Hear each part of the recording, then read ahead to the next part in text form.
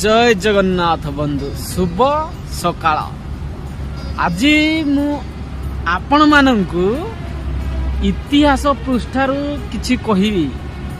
इतिहास कहले हिस्ट्री पृष्ठारु नारी मानंक विषय रे किछि कहिबी।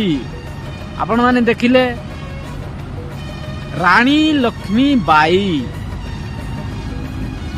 जितेबले गोटे झीओ बाहाई नथिबो सेतेबले से बाप घरे रानी भली रहिथिबो आ जितेबले बाहा हेई जीवो सेतेबले से लक्ष्मी हेकी जीवो। रानी लक्ष्मी हेगले बाई रानी लक्ष्मी बाई बाई केतेबले हबो ना सी जदि तार ससुर घरे लोक सहित न मिसी पारे सी बाई हो सबु बड़े बाप घर को दौड़ी बुलियो। आउ तीनिटा जाक केतेबले मिसिए रानी लक्ष्मी बाई कहले गुटे साहस गुटे सहन शक्ति निज भीतर गोटे पावर सेटा केतेबले संभव ना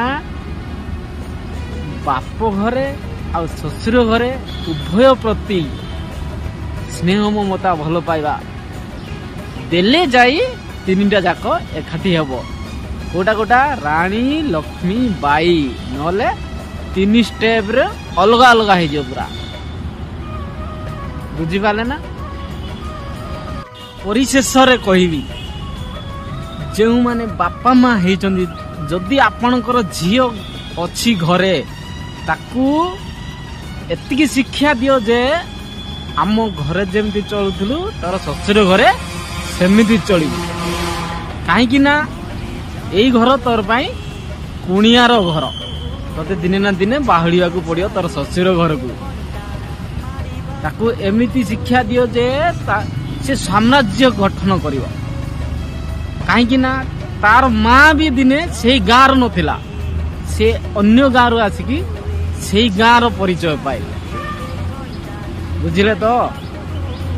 नारीर प्रकृत परिचय होउची ससुर घरे प्रथम से बहु हेबो तापरे माँ हेबो तापरे जेजेमा हेबो माने सेईटा ही तार परिचय उके एटा कोई नथि।